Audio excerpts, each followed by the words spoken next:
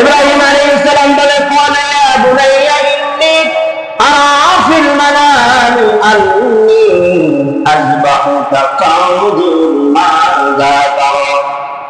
সন্তান ইসমাঈল, আমি তোমার কাছে একটা স্বপ্নের কথা বলতে চাই। বলেন বাবা, কি স্বপ্নের কথা বলতে চান?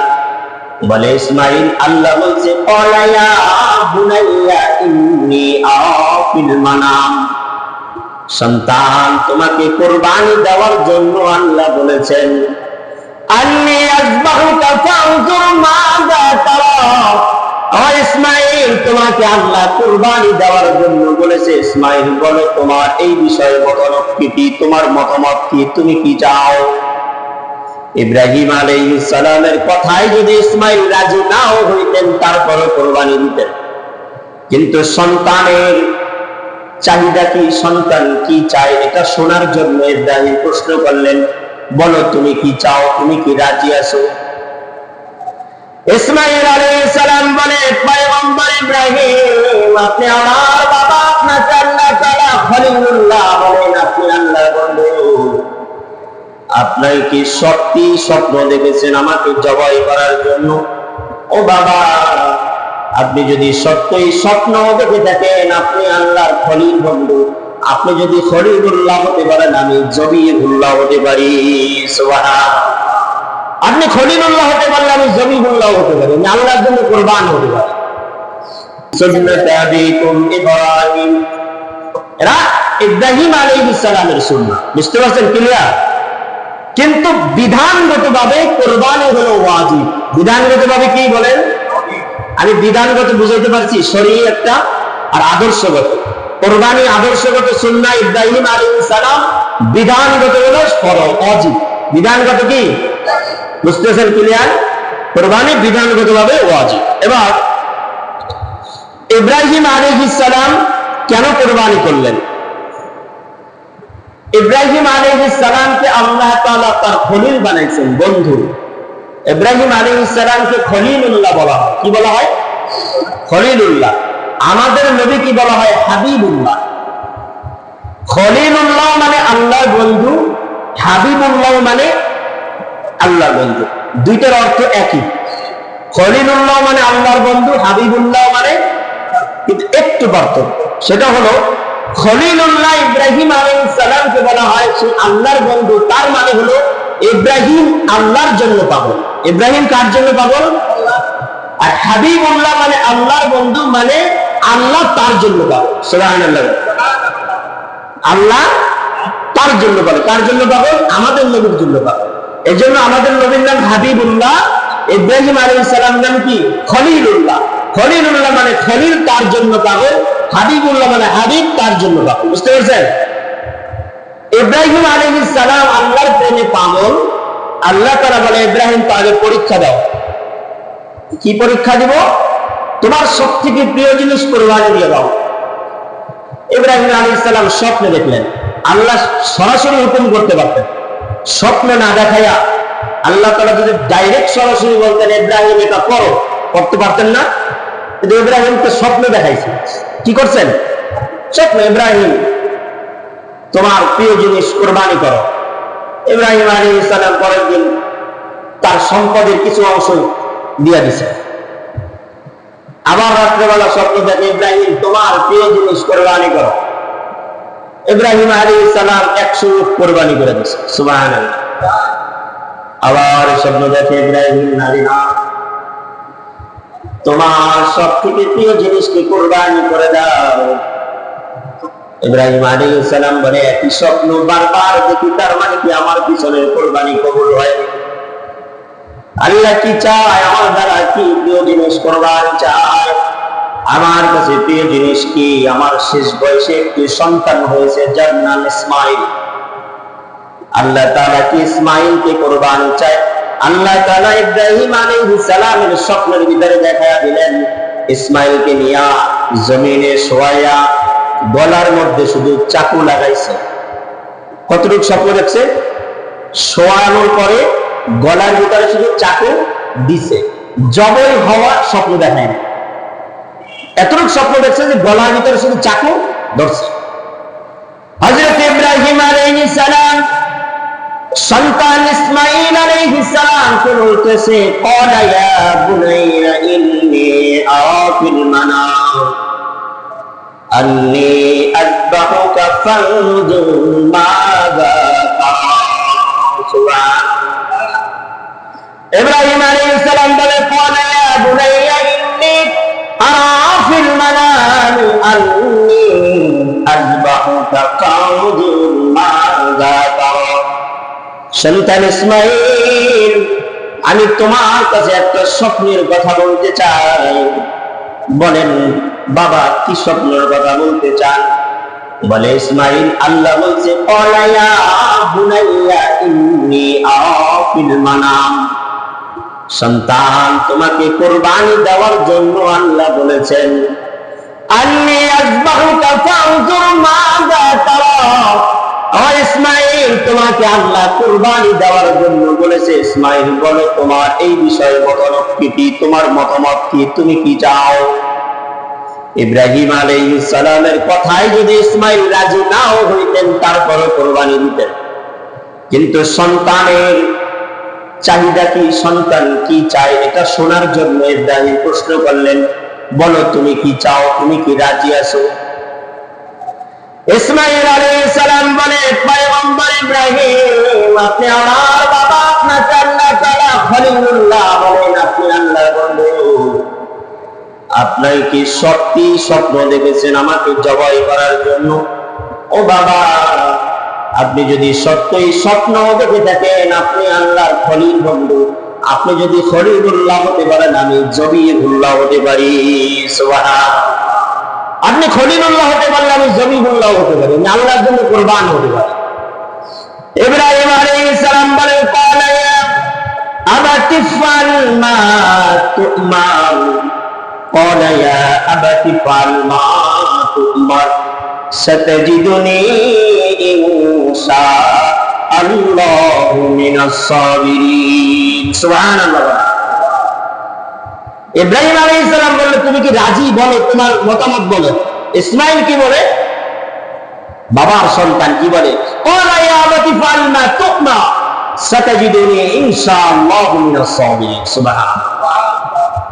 আপনাকে যদি আল্লাহ হুকুম করে থাকে, আল্লাহ যদি আপনাকে স্বপ্ন দেখায় থাকেন, আপনি আমাকে কুরবানি করে দেন, কোনো সমস্যা নেই। সাতাজিদুনি ইনশাআল্লাহু মিনাস সাবিরিন, ইনশাআল্লাহ আমাকে ধৈর্যশীলদের কাতারের মধ্যে আপনি পাওয়া যাবেন। সুবহানাল্লাহ। আমাকে একটু সমস্যা হবে না কুরবানির দান, ধৈর্যশীল অবস্থায় আপনার চাকুর নিচে শুয়ে যাবেন। সুবহানাল্লাহ। ইব্রাহিম আলাইহিস সালাম সন্তানকে উপরের দিকে মুখ দিয়া জমিনের ভিতরে শোয়া দিয়েছেন। ইসমাঈল আলাইহিস সালাম ডাক দিয়া বলে, বাবা আমার চেহারা দেখার পরে আপনার মায়া লাগবে। ও বাবা, আপনি আমার চেহারাটা নিচের দিকে দিয়ে দেন, অথবা ঢেকে দেন, চেহারার মধ্যে কাপড় লাগাইয়া দেন, যাতে জবাই করার সময় আপনার কোন ধরনের মায়া কাজ না করে, আল্লাহর হুকুম পালন করতে যেন কোনো বাধা না আসে। হাত পাও বাঁধেন, চেহারার মধ্যে কাপড় লাগাইয়া দেন, যাতে জবাই করতে গেলে চোখে চোখ না মিলে, চোখে চোখ পড়ার কারণে যেন কোনো মায়া না হয়, আল্লাহর বিধান পালন করতে যেন কোনো কষ্ট না হয়, আপনি এই কাজ করেন। ইব্রাহিম আলাইহিস সালামের সন্তানের কাপড় দিলেন, সন্তানের মুখে কাপড় দিয়া চাকু দিবেন গর্দানে। ইসমাঈল আলাইহিস সালামকে শোয়ায়া ইব্রাহিম আলাইহিস সালাম গর্দানের ভিতরে যখন চাকু ধরেছেন, জিবরাইল আলাইহিস সালাম দূর পাহাড়ে দাঁড়ায়া বলে, আল্লাহু আকবার, আল্লাহু আকবার। জিবরাইল আলাইহিস সালাম দূর থেকে বলে, আল্লাহু আকবার, আল্লাহু আকবার। কেমন দৃশ্য দেখি মালিক, এরকম দৃশ্য, এমন ঘটনা তো পৃথিবীর ইতিহাসে কোনোদিন দেখি নাই। আল্লাহু আকবার, আল্লাহু আকবার বলেন জিবরাইল। জিবরাইলের কণ্ঠের গাইবে আওয়াজ শুনে ইসমাঈল আলাইহিস সালাম বলেন, লা ইলাহা ইল্লাল্লাহু আল্লাহু আকবার। সুবহানাল্লাহ। ইসমাঈল কি বলে? লা ইলাহা ইল্লাল্লাহু আল্লাহু আকবার। ইসমাঈলের কণ্ঠের এই আওয়াজ শুনে ইব্রাহিম আলাইহিস সালাম বলে, আল্লাহু আকবার ওয়ালিল্লাহিল হামদ। সুবহানাল্লাহ। শব্দ বলছে কয়জনে? জিবরাইল বলে আল্লাহু আকবার আল্লাহু আকবার, ইসমাঈল বলে লা ইলাহা ইল্লাল্লাহু আল্লাহু আকবার, ইব্রাহিম আলাইহিস সালাম বলে আল্লাহু আকবার ওয়া লিল্লাহিল হামদ সুবহান। এই তিনজনের শব্দ মিলাইয়া আইয়ামে তাশরিক তৈরি হয়েছে। সুবহানাল্লাহ। এই যে আমরা যে কোরবানির আগের দিন থেকে পড়ি না আল্লাহু আকবার আল্লাহু আকবার, লা ইলাহা ইল্লাল্লাহু আল্লাহু আকবার আল্লাহু আকবার ওয়া লিল্লাহিল হামদ, এটা জিবরাইল আলাইহিস সালাম প্রথম শুরু করেছে, এবার ইসমাঈল আলাইহিস সালাম, এবার ইব্রাহিম আলাইহিস সালাম, তিনজনের বাক্যর দ্বারা আইয়ামে তাশরিকের শব্দটা তৈরি হয়েছে। সুবহানাল্লাহ। আল্লাহ তাআলা এটা এমন পছন্দ হয়েছে, আল্লাহ বলছে যাও এটা কিয়ামত পর্যন্ত মানুষ তোমাদের এই বাক্যগুলো আমল হিসাবে আর ইবাদত বন্দী করবে। সুবহানাল্লাহ। যার কারণে আমরা কোরবানির আগের দিন ফজর থেকে শুরু করি একদম 13 তারিখ আসর পর্যন্ত পড়ি কি পড়ি না বলেন? তাহলে এটা কোরবানির আগের দিন ফজরের সময় থেকে পুরুষরা জোরে জোরে বলবেন, প্রত্যেক ফরজ নামাজের পর একবার জোরে বলবে, আর মহিলারা আস্তে আস্তে বলবেন একবার আল্লাহু আকবার আল্লাহু আকবার, লা ইলাহা ইল্লাল্লাহু আল্লাহু আকবার আল্লাহু আকবার ওয়া লিল্লাহিল হামদ। ইব্রাহিম আলাইহিস সালাম যখন কোরবানি দেন, আল্লাহ তাআলা বলে ইন্না আতাইনাকাল কাউসার ফাসাল্লি লিরাব্বিকা ওয়ানহা, ফাসাল্লি লিরাব্বিকা ওয়ানহা। কোরবানি দেবা শুধুমাত্র কার জন্য বলে? ফাসাল্লি লিরাব্বিকা ওয়ানহা, একমাত্র আল্লাহর জন্যই কোরবানি। আল্লাহ বলে ইব্রাহিম আমি তোমার সন্তানের রক্ত দেখতে চাই নাই, আমি তোমার তাকওয়া দেখতে চাইছি। আল্লাহ তাআলা বলেন লা ইয়ানালুল্লাহা লুহুমুহা ওয়ালা দিমাউহা ওয়ালাকিন ইয়ানালুহুত তাকওয়া মিনকুম, বান্দা তোমার কোরবানির গোশত মাংস রক্ত কিছুই আমি আল্লাহর কাছে আসে না। আল্লাহর কাছে রক্ত যায় না, গোশত যায় না, কিছুই যায় না।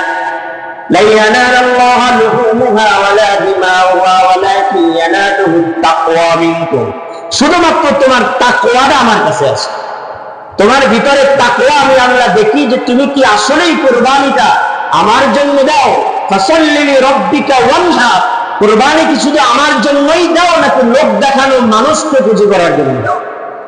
কুরবানি হবে কার জন্য বলেন? আল্লাহ। ফাসাল্লি লিরাব্বিকা ওয়ানহা, একমাত্র আল্লাহর জন্য কুরবানি। ইব্রাহিম আলাইহিস সালামকে আল্লাহ বলে ইব্রাহিম আমি তোমার সন্তানের রক্ত দেখতে চাই নাই, জবাই দেখতে চাই নাই, আমি তোমার তাকওয়া দেখতে চাইছি যে তুমি কি তোমার সন্তানকে বেশি ভালোবাসো নাকি আমি আল্লাহকে বেশি ভালোবাসো। সুবহানাল্লাহ।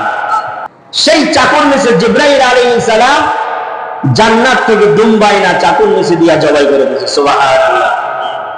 সেদিন যদি আল্লাহ তাআলা ইব্রাহিম আলাইহিস সালামকে স্বপ্ন না দেখায়া যদি বলতে ইব্রাহিম তুমি তোমার সন্তানকে কোরবানি করার হুকুম দিতেন, তাহলে জবাই না হওয়া পর্যন্ত কোরবানি হইতো পারতেন আপনি আপনার সন্তানকে কোরবানি দিতে?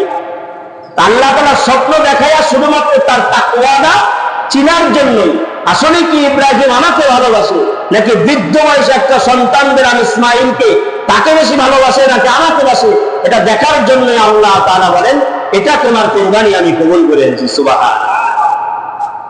কোরবানি তাহলে বললাম কোরবানি ইব্রাহিম আলাইহিস সালামের সুন্নাহ, ইব্রাহিম আলাইহিস সালামের সুন্নাহ আদর্শগতভাবে, কিন্তু শরীয়ী বিধান অনুযায়ী কোরবানি কি বলেন? ওয়াজিব। কোরবানি কি ওয়াজিব। কোরবানি কবে করবেন?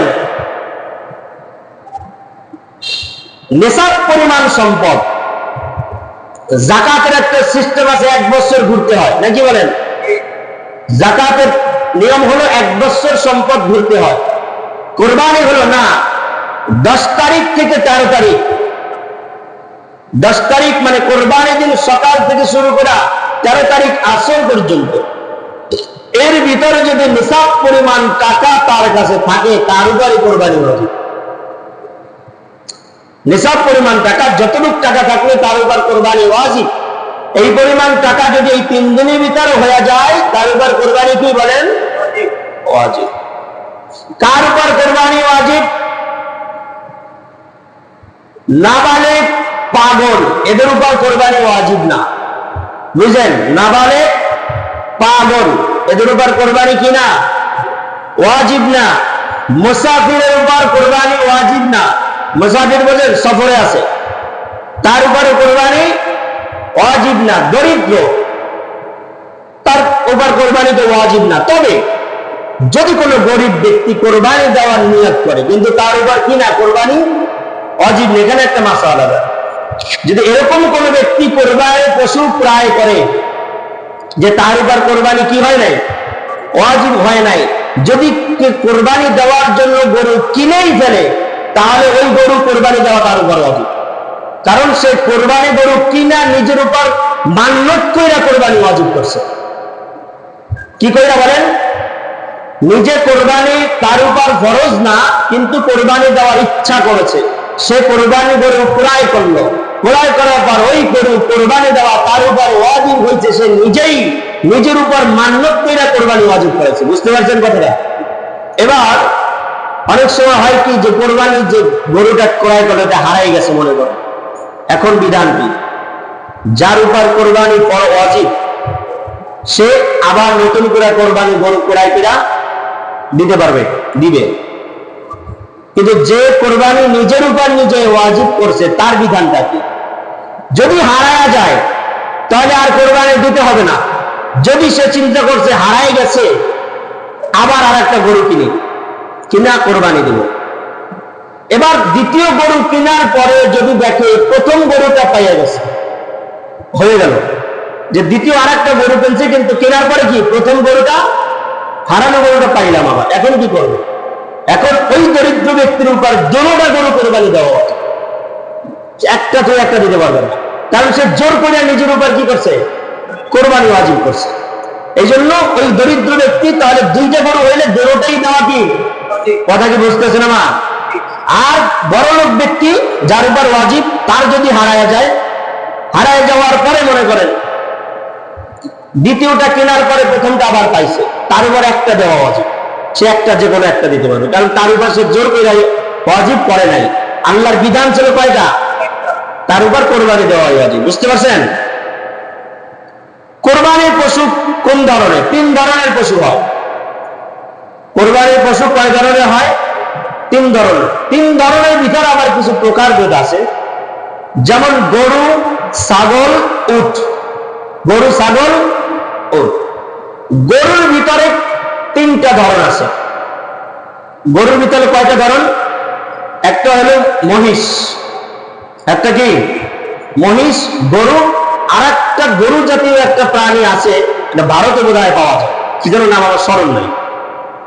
এই 3টা গরুর ভিতরে প্রকার কয়টা? 3টা। ছাগলের ভিতরে প্রকার আছে, যেমন ছাগল, ভেড়া, দুম্বা। বুঝতে পারছেন? ছাগল, ভেড়া, দুম্বা আর উট এক প্রকার। এই 3 ধরনের গরুর 5 প্রকার ভেদ মিলে কোরবানি এদের উপরই দেওয়া যাবে, এছাড়া বাইরে কোনো পশু দিয়ে কোরবানি দেওয়া যাবে না। যেমন বন্য প্রাণী, হরিণ আছে না, বনের প্রাণী, এগুলা দিয়ে কোরবানি হয় না। তাহলে কোরবানি পশু গরু, ছাগল, উট, এই 3 ধরনের গরু দিয়া পশু দিয়া কোরবানি দেওয়া ওয়াজিব। কতজন কোরবানি দিতে পারবেন? কতজন শরীকে? ছাগল, দুম্বা, ভেড়া এগুলো 1 শরীক। কয় শরীক? ছাগল, দুম্বা, ভেড়া 1 জন দিতে হবে। গরু 7 জন শরীকে দেওয়া যায়। কয়জন শরীকে? 7 জন শরীকে দিতে হবে। তবে এই গোশত ভাগাভাগের ক্ষেত্রে সমান যদি ভাগ করতে পারেন তাহলে শরীকে দিবেন। কিভাবে সমানে? প্রয়োজনে পালায় মাপ দিয়ে। প্রয়োজন কি? পালায় মাপ দিয়েই ভাগ করতে হবে গোশত। ভাগিদারদের গোশত ভাগ করতে হবে কিভাবে? পালায়, আন্দাজে গোশত ভাগ করলে হবে না। যারা ভাগে কোরবানি দিবেন তাদের ভাগাভাগ করতে হবে পালায় দিয়া, মাইপা 19-20 করা যাবে না। একদম সমানে সমানে ভাগ করে তারপরে গরু গোশত যদি ভাগ করতে পারেন তাহলে ভাগে কোরবানি দিবেন। হ্যাঁ, আবার এখানে এক প্রশ্ন থাকে যে হুজুর ভাগে কোরবানি দিলাম তাহলে কি আমার 7টাই ভাগ হতে হবে নাকি কম বেশ করা যাবে? অনেকে বেজোর খোঁজে, 1, 3, 5, 7 এরকম খোঁজে না। এরকম কোনো সংখ্যা নাই, 7 জন পর্যন্ত দেওয়া যায়। এখন চাইলে 2 জনও দিতে পারে, 3 ভাগও দিতে পারে, 5 ভাগও ইচ্ছা, 7 জনেরও ভিতরে। বুঝতে পারছেন? ক্লিয়ার? 7 জনই হতে হবে তা না, চাইলে 2 জনও দিতে পারে, 3 জন, 4 জন, 6 জন এর ভিতরে দিতে হবে। তবে কোরবানি দিবেন কার জন্য বলেন? ফাসাল্লি রাব্বিকা ওয়ানহার, কার জন্য কোরবানি? এখন যদি বলি অমুকের নামে কোরবানি হয় না, অমুকের নামে, কথা বুঝেন? যদি বলেন মুহাম্মাদুর রাসূলুল্লাহ সাল্লাল্লাহু আলাইহি ওয়াসাল্লামের নামে কোরবানি, হারাম। কথা বুঝেন? যদি বলেন নবীজির নামে কোরবানি দিব, এই কোরবানি দেওয়া ওয়াজিব হবে না, হারাম। কোরবানি কার জন্য? কথা বুঝেন? কোন ব্যক্তির নামে কোরবানি হবে না, হতে হবে এরকম 7 জনের পক্ষ থেকে আল্লাহর জন্য কোরবানি। সহি কথা কি? 7 জনের পক্ষ থেকে কার জন্য কোরবানি? কোরবানি দেওয়ার সময় তো হুজুরের হাতে কাগজ ধরাই দেন না, হুজুর এদের এই কয়জনের মিলে কোরবানি। কথাটা এরকম বলবেন যে এদের পক্ষ থেকে কোরবানি। এই কথা কখনোই বলবেন না যে এই কয়জনের নামে কোরবানি। হয় কিনা এরকম কথা? এদের নামে কোরবানি, এই কথা বললে কিন্তু কোরবানি হবে না। বলবেন আল্লাহর নামেই কোরবানি, এদের পক্ষ থেকে। কথা ক্লিয়ার? এবার উত্তম পশু ক্রয় করবেন। উত্তম পশু, যেরকম অনেক পশুর শিং ভাঙা থাকে, থাকে কি থাকে না? আবার একটু বয়সটা বলে নেই। উট দিয়া যদি কেউ কোরবানি দেয়, উটের সর্বনিম্ন বয়স হতে হবে 5 বছর। কত বছর? 5 বছর। ছাগল দিয়া যদি কেউ কোরবানি দেয়, বয়স হতে হবে 1 বছর। কত বছর? 1 বছরের নিচে ছাগল দিয়া কোরবানি হবে না। দেখতে দেখা যায় বয়স 3-4 মাস, 5 মাস, 1 বছর হয় নাই, কোরবানি হবে না। গরুর হতে হবে 2 বছর। কত বছর? 2 বছরের পরে গরু কোরবানি সহি হবে না। তবে ভেড়া বা দুম্বা, এই ক্ষেত্রে ভেড়ার ক্ষেত্রে বলা হয়েছে একটু ছাড়, যে কোনো ভেড়া যদি 6 মাস বয়স হয়ে যায়, দেখতে দেখা যায় 1 বছর হয়ে গেছে, এই ক্ষেত্রে ভেড়ার ক্ষেত্রে একটু ছাড় দিয়ে গেছে, ভেড়াটা দেওয়া যাবে। কিন্তু ছাগলের কয় বছর, গরুর কয় বছর, মনে রাখবেন। উত্তম পশু হতে হবে। শিং যদি ভাঙা থাকে, ভাঙার পরিমাণটা জানতে হবে, সামান্য একটু ভাঙছে, হালকা, বা অর্ধেক থেকে একটু কম ভাঙছে, এরকম যদি হয় তাহলে কোরবানি হবে। তবে অর্ধেক থেকে যদি বেশি ভাঙা যায়, তাহলে সেটা কোরবানি। কথা বুঝতেছেন? আমি গুরুত্বপূর্ণ কথা বলতেছি। একটা শিং তার অর্ধেকের বেশি ভেঙে গেছে, ওই গরু দিয়া কোরবানি হবে না। লেজ কাটা, যেমন এমন পশু আছে যার লেজের মধ্যে পশম নাই, শুধু লেজটা দেখা যায়, আছে না নাই? এরকম গরু দিয়া কোরবানি হবে না। কান কাটা, যদি কোনো গরুর কান কাটা থাকে, কানটা যদি সামান্য পরিমাণ থাকে বা অর্ধেকের কম, কানটা যদি কাটা হয় ওটা দিয়া হবে। তবে অর্ধেকের বেশি যদি কাটা হয়ে যায়, এই গরু দিয়া কান কাটা কোরবানি হবে না। এবার দাঁত নাই, গরু কি নাই? দাঁত নাই, এরকম যদি গরু হয়, সেই গরু দিয়া কি হবে না? কোরবানি হবে। বুঝতেছেন? সর্বশেষ কথা, গর্ভবতী গরু। হতে পারে যে স্ত্রীলিঙ্গ গরু কোরবানি দেয়, এটাও জায়েজ। যদি কেউ গর্ভবতী গরু কোরবানি দেয়, তার পেটের ভিতরে বাচ্চা আছে, এবার তার হুকুমটা হলো কোরবানি দেওয়ার পরে যদি সেই বাচ্চাটা যদি সামান্য একটা মাংসের টুকরা মাত্র হয়, এটা ফেলে দিতে হবে। কি দিতে হবে? অথবা সামান্য কিছু আকার ইঙ্গিত আসছে, এটাও ফেলে দিতে হবে, এটা দিয়ে কাজ হবে না। যদি কোরবানি দেওয়ার পরে বাচ্চাটা পরিপূর্ণ রূপ আকৃতি ধারণ করে ফেলছে, এরকম যদি হয়, তাহলে এই গরুটা, বাচ্চাটা আবার কোরবানি দিয়ে গোশত খাওয়া যাবে। বুঝতেছেন? বাচ্চা দেখা যায় পরিপূর্ণ রূপ হয়ে গেছে। হতে পারে যে গরু গর্ভবতী কোরবানি অনেকে দিতেই পারে। যদি বাচ্চা পরিপূর্ণ হয়ে যায়, তাহলে বিধানটা হলো আবার ওই মায়ের কোরবানিতে কোরবানি না, বাচ্চাটাকে আবার পুনরায় জবাই করে তারপরে। আর যদি এরকম হয় যে কোরবানি গরুর জবাই দেওয়ার আগে বাচ্চা ডেলিভারি হয়ে গেছে, হয় না? হতে পারে। তাহলে তার বিধানটা কি? তাহলে ওই বাচ্চাকে আর কোরবানি দেওয়া যাবে না, বাচ্চাটাকে সৎকা করে দিতে হবে। কি করতে হবে? সৎকা করে দিতে হবে। এই বিধান অনুযায়ী গরু কোরবানি করবে। এরপরে যদি কারো আরো কিছু জানার থাকে আমাকে জিজ্ঞাসা করবেন, ইনশাআল্লাহ আমি বলে দেওয়ার চেষ্টা করবো, ইনশাআল্লাহ।